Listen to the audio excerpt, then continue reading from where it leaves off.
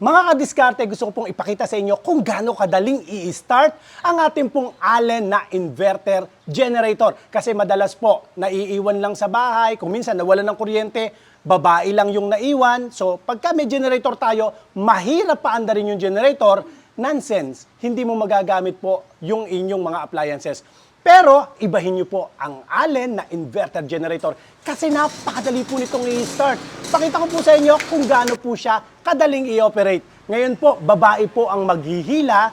Although yung ibang mga generator po natin na Allen, pwede po siyang push button. Pero ipakikita ko po sa inyo, para patunayan ko po sa inyo na madaling i-start, babae po ang paghilahin po natin sa pamamagitan ng recoil starter. Isa-isahin po natin mga kadiskarte. Try natin. Unahin po natin ang ating pong 1,100 watts na Allen inverter generator na kaya pong magpaandar ng mga ilaw, 5 ilaw, isang rep, isang ventilador at syempre internet at laptops. Try nga natin. Start natin. On. Ichinok. Hila. Try natin hila. Kita nyo po, andar po ang ating generator. Yun. Okay. Okay, off natin. Try naman po natin.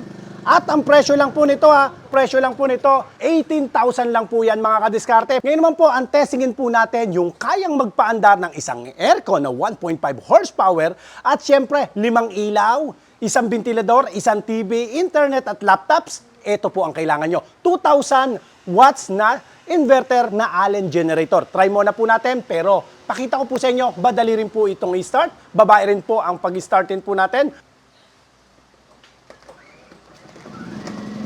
Nakita nyo naman po kung gaano po kadaling i-start po niyan. Partida, hindi pa po nag-aalmusal yan. Maki-off na natin. Sa mga nagtatanong naman po kung magkano ang presyo po nito ng 2,000 watts, ang presyo lang po niyan, 28,500. Tingnan nyo po, pagka magka-camping kayo, napakadali lang po niyang buhatin, napakadali rin pong i-start. Ito naman, mas malaki naman po kung dalawang aircon ang inyo pong kailangan, dalawang aircon na 1.5 horsepower, 5 ilaw, internet, laptops, at dalawang TV at dalawang ventilador. Samahan nyo pa po ng dalawang rep. Kayang-kaya po niyan ng ating Allen 3,200 watts. Try po natin. Babae pa rin po ang mag-i-start. Try natin. Lalo kung merong ni-smile po yan. Ano ho? Ayan, nahihiya pa po yung ating maghihila. Try po natin i-start. Choke. On natin. Tapos, hila. Ayan, na-choke. Okay. Try natin.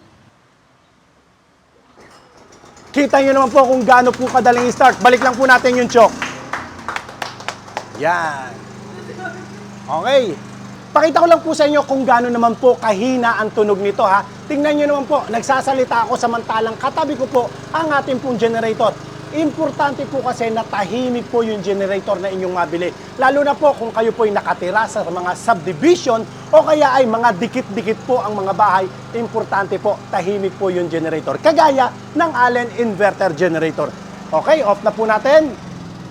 Sa mga nagtatanong kung magkano po ang presyo po natin yan 39,500 lang po yan mga kadiskarte. Sinasabi po namin ang presyo para makapag-canvas po kayo. Ganong kalakas po ang generator na yan.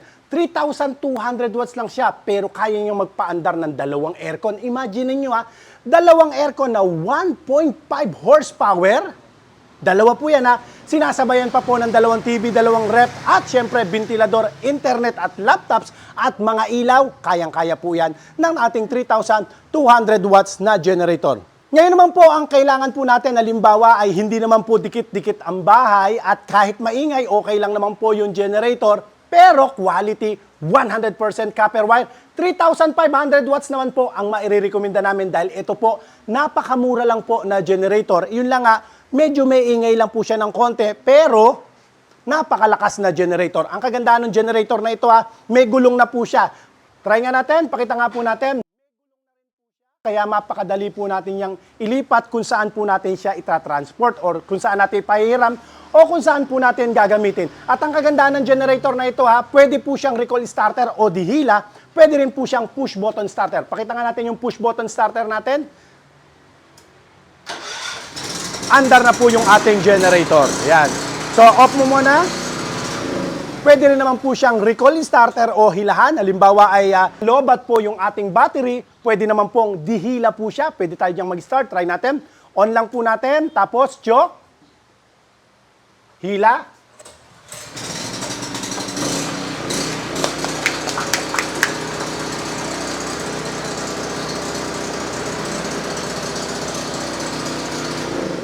Ayan po, ang presyo naman po nito ay 19,500 po, mga kadiskarte. Sa lahat po ng mga interesado, pwede nyo po kaming i-follow sa ating pong mga social media account.